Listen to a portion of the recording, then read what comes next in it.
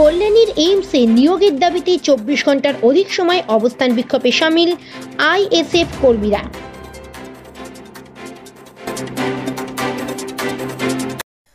This video is for information and knowledge purpose only.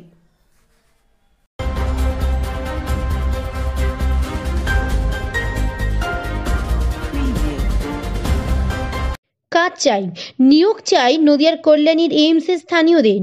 সেই নিয়োগের দাবিতে গতকাল সকাল থেকে আজ সকাল অর্থাৎ 24 ঘন্টার অধিক সময় ধরে নদিয়ার কল্যাণীর এইমস হাসপাতালের গেটের সামনে অবস্থান বিক্ষোভে অনড় আইএসএফ এর জেলা নেতৃত্ব সহ একাধিক কর্মীরা। তারা জানাচ্ছেন গতকাল থেকে তারা নিয়োগের দাবিতে অবস্থান বিক্ষোভ করলেও হাসপাতাল কর্তৃপক্ষ তাদের সাথে কোনো আলোচনায় বসেনি। তারা এই ঠান্ডা কুয়াশার মধ্যে সারা রাত খোলা আকাশের নিচে কাটান বলেও তারা জানান।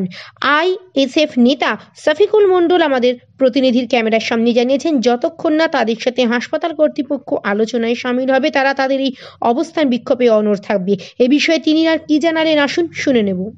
কাল সকাল 11টা থেকে আমাদের আন্দোলন চলছিল, আজকে আবার প্রায় 11টা বাজে চললো, 9:30 বাজে। এই 24 ঘন্টা আমাদের আন্দোলন প্রায় চলছে। সারা রাত্রিরে আমরা এখানে এই খোলা আসমানের নিচে ছিলাম, এই ঠান্ডার মধ্যে, এই কুয়াশার মধ্যে আমরা যারা ছিলাম প্রচণ্ডই কষ্ট হয়েছে। কিন্তু জানি না আমাদের সঙ্গে কেন যে এই ধরনের ব্যবহার করা হচ্ছে, বিচারিতা করা হচ্ছে। আজকে দেখি এইমস কর্তৃপক্ষ তিনারা কি সিদ্ধান্ত নেয় সেটা দেখার আশায় আমরা আছি। আপনাদের দাবি কি কিছু মানা হয়েছে? আমাদের দাবি মানা বলতে আমাদের সঙ্গে এইমস কর্তৃপক্ষ কালকে থেকে আমাদের সঙ্গে কোনো যোগাযোগই করে, যে কোনো বসবে, সমস্যার সমাধান করবে এমন কোনো সিদ্ধান্তে আসে। প্রায় 24 ঘন্টা হতে চললো তো? প্রায় 24 ঘন্টা হতে চললো আমাদের এই আন্দোলন। দেখি যতক্ষণ না ফুলফিল হচ্ছে আমাদের আন্দোলন আরও চলবে।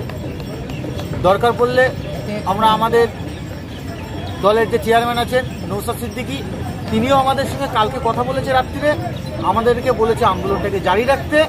দরকার পড়লে বলেছে আমি যাব আন্দোলনটা বৃহত্তর করব, তারপরে দেখছি কি হয়।